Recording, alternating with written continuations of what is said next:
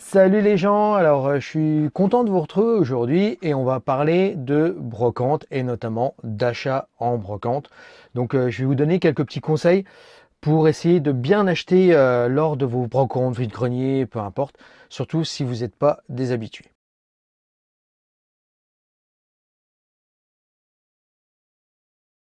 Les brocantes sont de retour dans nos régions, dans nos petites communes ou de grandes communes, hein, peu importe. Et c'est le moment de trouver, pourquoi pas, les futurs appareils photo pour se servir ou pour la collection. Dans cette vidéo, je vais vous expliquer un petit peu moi comment je procède, quels sont mes principes lors d'un achat en brocante d'un appareil photo. Donc comme vous le savez, je fais très souvent des brocantes. Hein, voilà, c'est une de mes passions avec la photographie, entre guillemets. J'adore ça, j'adore les ambiances de brocante, j'adore tout ça. Et j'adore acheter du matériel photographique. Ça fait des années que je fais ça. Au départ, j'étais focalisé vraiment que sur des appareils de ce type-là, hein, que des box, je n'achetais que ça. J'en ai eu presque 400 comme ça de box que j'ai revendu parce que voilà, une fois que c'est une collection, hein, c'est toujours pareil. Une fois qu'on a atteint un certain niveau, qu'on a atteint des pièces très rares, par exemple, on les a eu une fois, on s'en sépare. Voilà, c'est le but de la collection. Mais aujourd'hui, je vais vous parler du principe d'achat et comment on peut faire pour faire des bonnes affaires. Alors, premièrement, ne pas se focaliser sur un boîtier ou sur un matériel. Alors ça, c'est la première chose à éviter lorsque vous arrivez sur une brocante. C'est d'avoir en tête l'idée de trouver un seul et unique appareil photo ou matériel photographique. Alors ça, c'est la pire des erreurs parce que là, vous n'allez jamais rien trouver. Soyez à l'affût de tout ce que vous pouvez voir en matériel photographique. Alors ça va être des boîtiers réflexes, des compacts, du matériel de laboratoire, des optiques, des flashs, peu importe. Soyez curieux de regarder ce que vous pouvez trouver, de fouiller. N'hésitez pas à fouiller les cartons, à fouiller des sacoches aussi. Quand vous repérez une sacoche sur un stand, n'hésitez pas à l'ouvrir, ne serait-ce que la sous-peser pour voir s'il y a quelque chose à l'intérieur, parce que ça peut être très intéressant.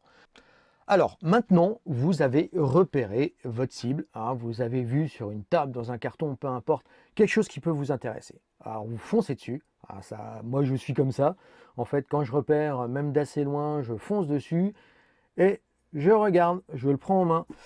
Alors, prendre en main ne veut pas dire le tripoter dans tous les sens.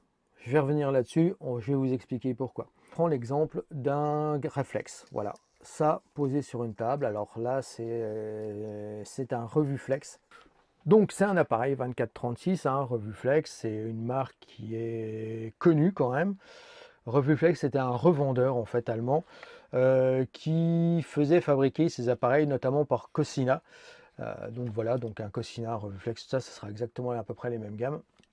C'est pas des appareils qui sont ultra cotés, mais c'est des appareils qui fonctionnent généralement. Donc ça, c'est intéressant à voir.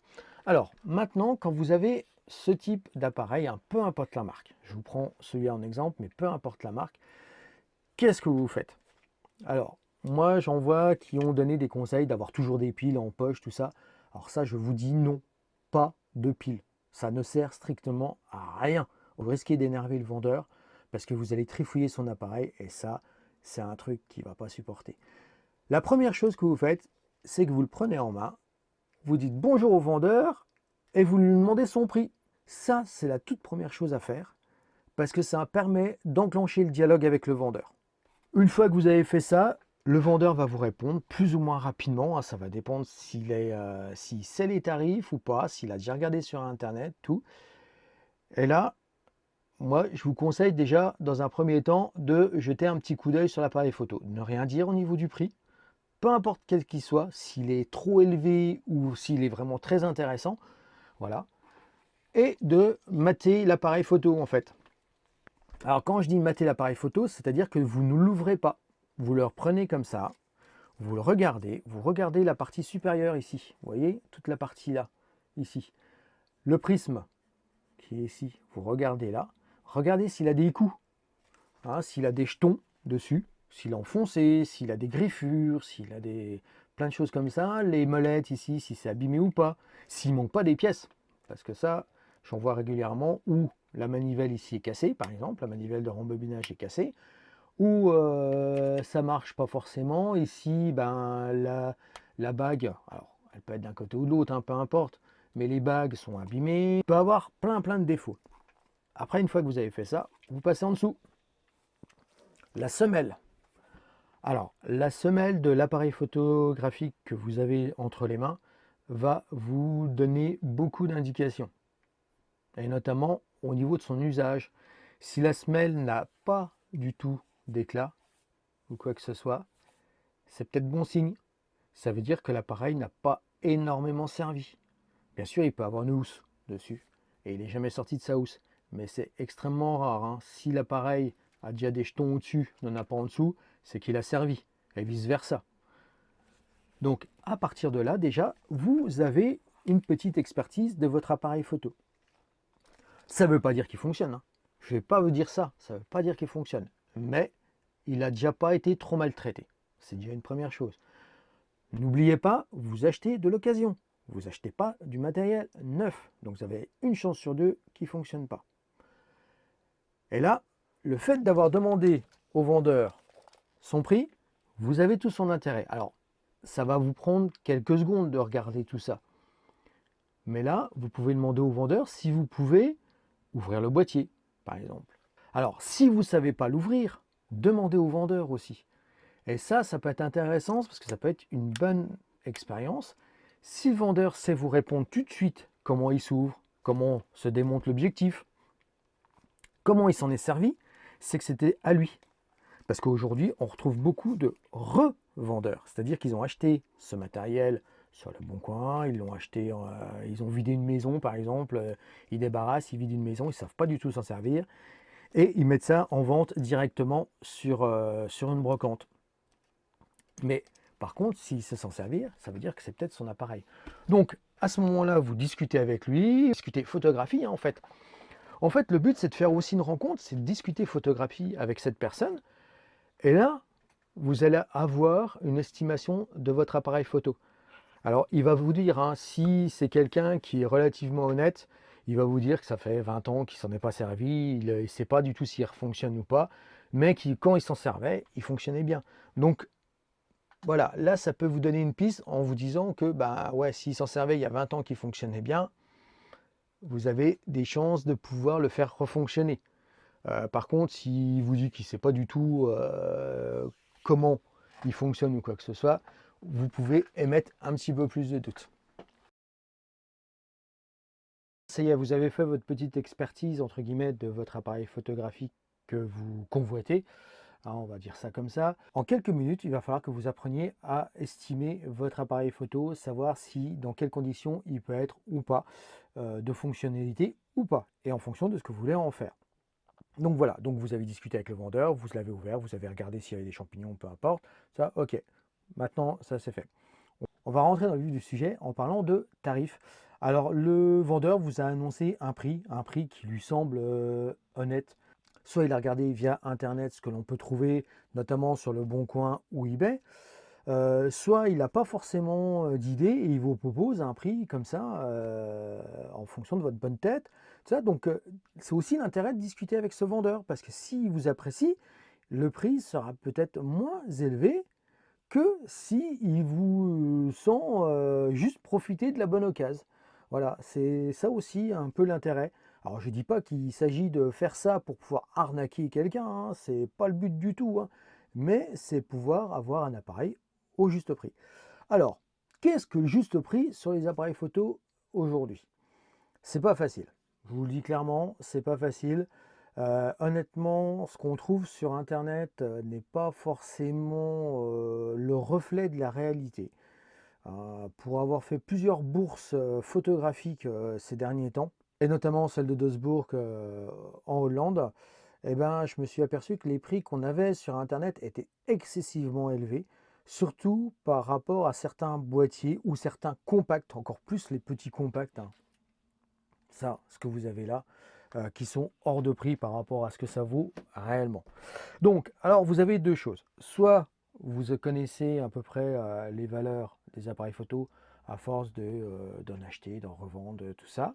soit aussi pour les appareils photo, notamment plus de collection, vous avez ce type de bouquin. Alors le guide Michel Auer, alors moi j'ai une édition qui commence à dater un peu de 2005, mais les tarifs n'ont pas trop évolué depuis là, donc j'en suis assez content. Et sinon, vous pouvez, comme moi je fais, vous pouvez vous baser sur un prix d'habitude d'achat. Moi, le prix d'habitude d'achat, c'est ce que j'appelle pour moi, c'est un prix que je me fixe, une limite que je me fixe pour les appareils photographiques que j'achète. Alors, je vais acheter différents appareils, hein, comme vous avez déjà pu le voir sur mes trucs de brocante. Alors, ça va être des sortes de compacts, hein, comme cet Olympus. Ça va être des compacts, des point and shoot, hein, comme on dit ça maintenant, comme ça. Alors, ceux-là, généralement, je me fixe une limite. Alors, les petits, entre 1 et 5 euros, et les plus gros, jusqu'à 10 euros. Voilà les limites à peu près que je me fixe là-dessus, parce que ce n'est pas des appareils photo que je vais me servir, hein, c'est plus des appareils photo qui vont rentrer dans ma collection, qui vont être accrochés à un mur. Là, on ne les voit pas, mais ils sont accrochés à un mur. Ou même le pire, c'est de les avoir juste pour dire que je les ai et ils sont au fond d'un carton. Après, concernant tout ce qui est réflexe, moi, les réflexes, j'ai une habitude, disons, mon habitude d'achat, hein, mon prix habituel d'achat, c'est aux alentours des 10 à 30 euros. Alors voilà à quel prix j'achète mes appareils photo réflexes avec un ou plus d'objectifs. En fait, pourquoi je me fixe une limite comme ça? C'est parce que aussi le budget n'est pas forcément illimité. J'ai un budget à tenir aussi familial. Et ma passion ne doit pas déborder sur mon budget que j'ai alloué à l'année sur les appareils photo, sur ma collection d'appareils photo. Donc c'est vrai un petit réflexe, je l'achète. Si je peux l'acheter le moins cher possible, je l'achète. Et voilà quoi. Et si vraiment j'arrive pas à trouver un accord avec le vendeur, je laisse tomber quoi. Voilà, c'est aussi simple que ça. Si vous ne trouvez pas un accord sur un prix qui vous semble convenable, euh, voilà, il faut pas aller plus loin. Mais moi, je pense en toute honnêteté par exemple, si on prend un Canon A, quelque chose, aujourd'hui, en vide-grenier, à 30 euros, c'est déjà un bon prix. Parce que 30 euros, il est généralement sorti d'un placard ou d'un grenier ou d'une cave. Il n'est pas forcément en état fonctionnel. Vous prenez un risque en achetant un appareil photo. Soit il marche, soit il ne marche pas. Donc à 30 euros, ça vaut encore peut-être le coup de le faire réparer.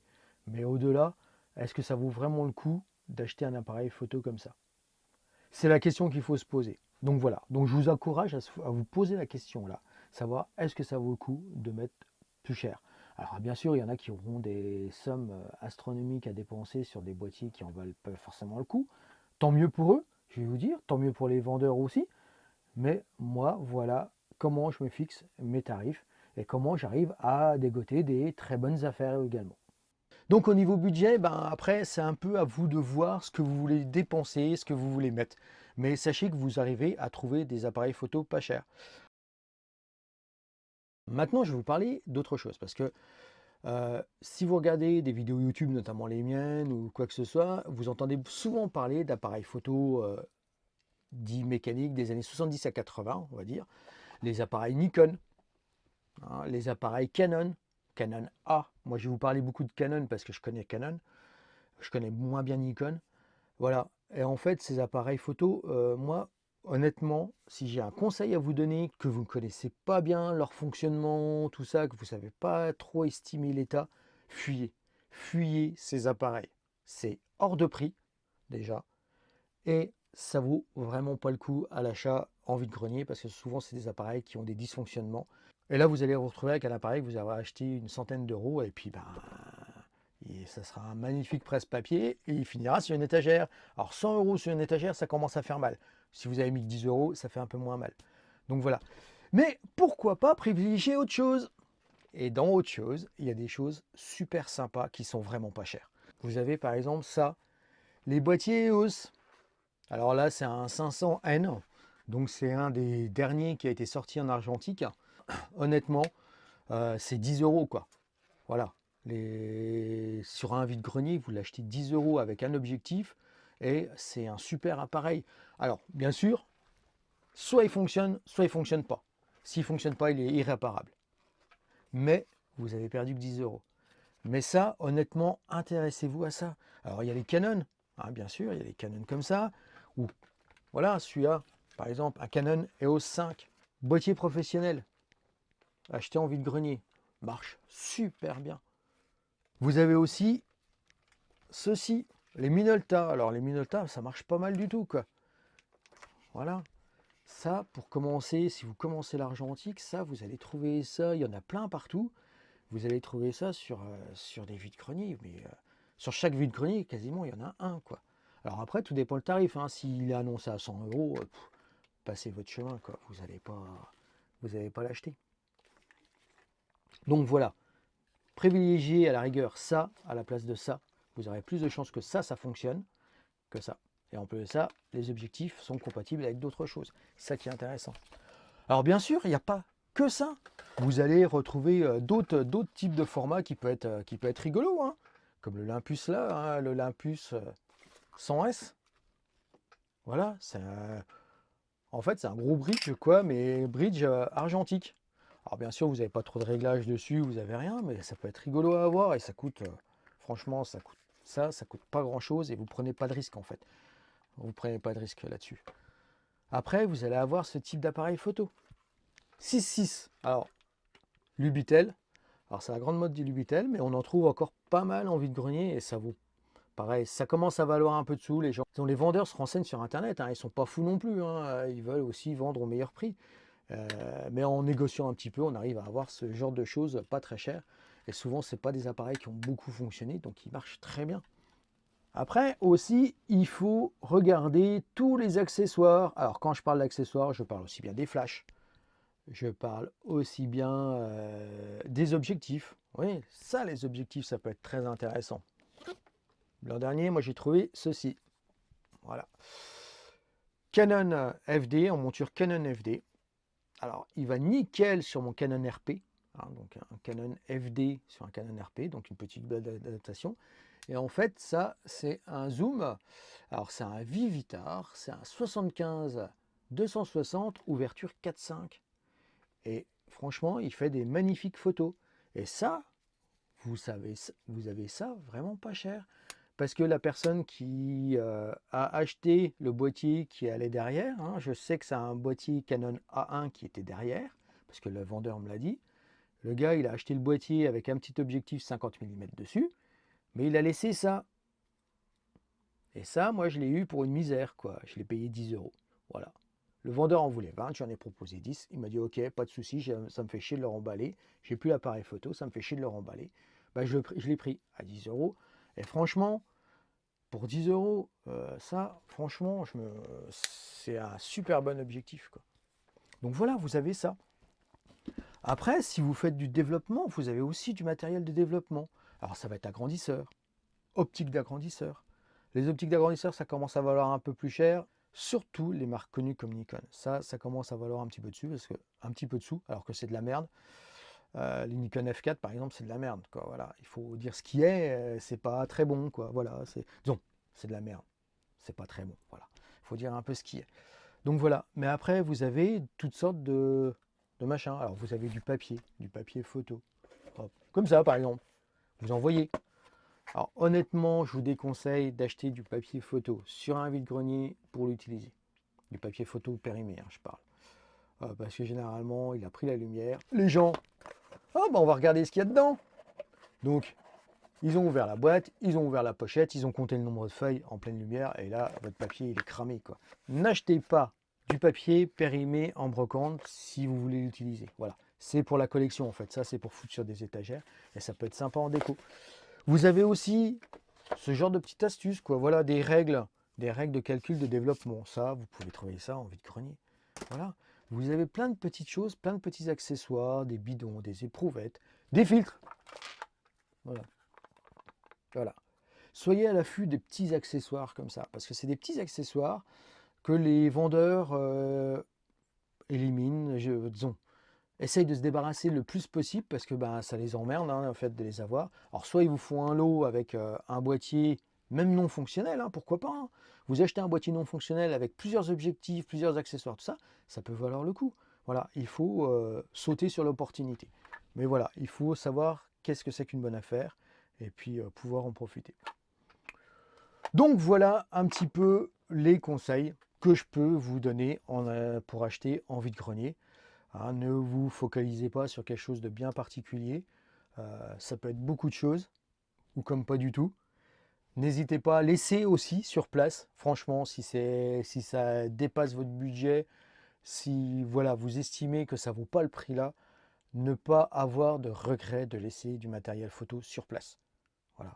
Parce que si vous avez un regret, vous aurez l'impression d'avoir fait une mauvaise affaire et c'est pas bon pour vous, c'est pas bon pour votre morale et c'est pas bon pour faire de la photographie. N'oubliez pas non plus de prendre votre appareil photo aussi parce que la brocante c'est aussi un moyen de faire de la photographie de rue. Si vous aimez bien ça, ça peut être intéressant. Donc voilà. Donc sur ce, j'espère que cette petite vidéo vous aura plu. Si c'est le cas, un petit pouce, un abonnement, pourquoi pas aussi. Si vous voulez suivre mes aventures, parce que là les brocantes vont reprendre et puis je vais repartir avec la caméra, voir ce que je peux trouver en appareil photo. Si vous cherchez un appareil photo aussi bien spécifique que j'ai trouvé déjà en brocante, que vous avez vu sur un épisode, ou que je risque de trouver, voilà, dites-moi en commentaire ce que vous cherchez. Je peux faire de la recherche pour vous aussi, ça peut être intéressant, parce que moi ce que j'aime c'est les trouver, après les conserver. Je vous cache pas que je les fous dans des cartons, et puis des fois ils ne ressortent pas. Donc c'est peut-être un peu dommage aussi. Donc pourquoi pas les revendre aux gens qui seraient intéressés. Bien sûr, je ferai une plus-value dessus, c'est sûr. Parce qu'il faut quand même que je couvre un petit peu mes frais. Mais si ça peut être pour vous quelque chose d'intéressant, ça peut être bien. Je vous fais des bisous. Faites de la photographie, allez en brocante, achetez du matériel, faites-vous plaisir. Et puis amusez-vous. Allez, salut, à la prochaine.